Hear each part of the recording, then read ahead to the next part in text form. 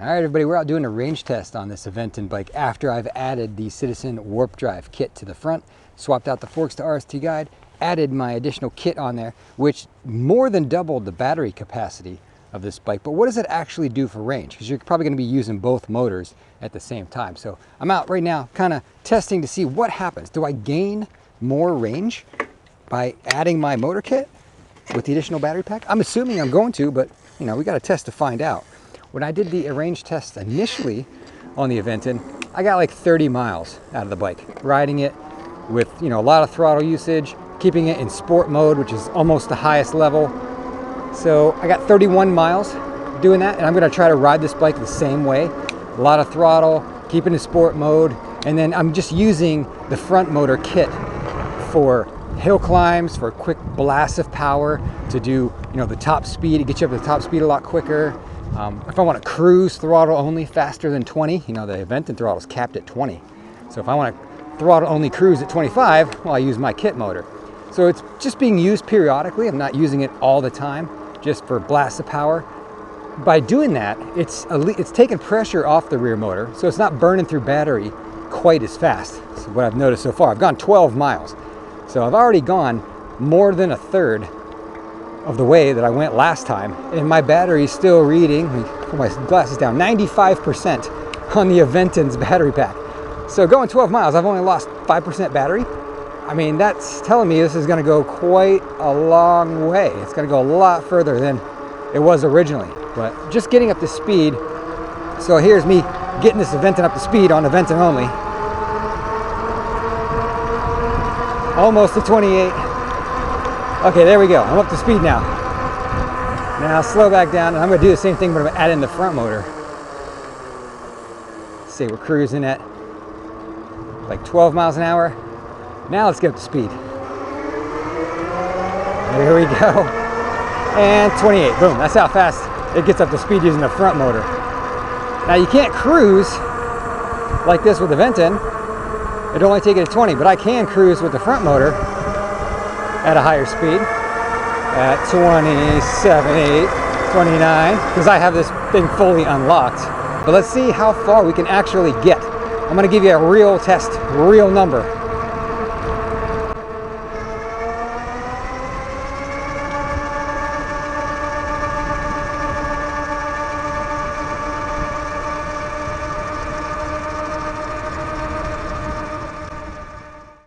All right, quick break at the bottom of this hill. We are 23 and a half miles into this range test. 23 and a half miles. The Aventon display is showing me 77% battery still.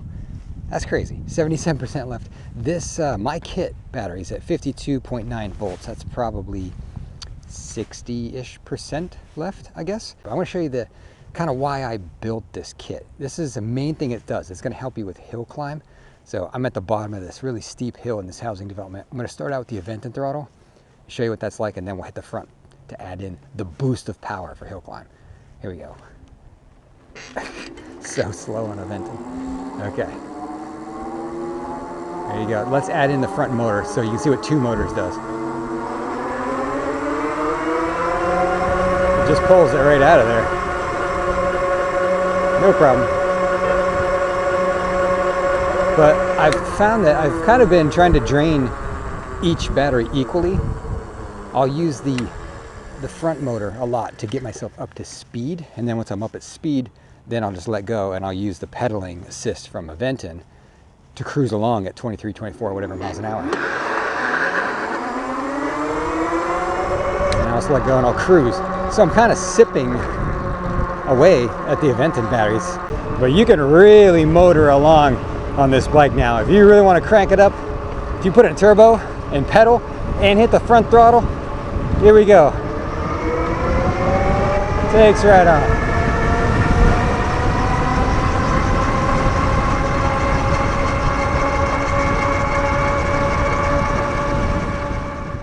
Now I did change my settings for my front motor kit, and I put it into slow start mode so I wouldn't get so much wheel spin off the line. So here's what an acceleration sounds like now.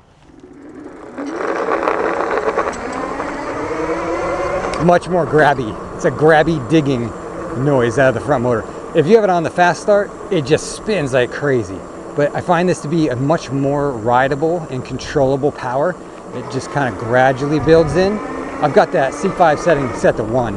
It's a lot less dangerous because there's less wheel spin. You don't want that front tire spinning out from under you. So having the gradual kick in has been very nice. It makes a much nicer ride. You still get all the power, it just ramps it up slower.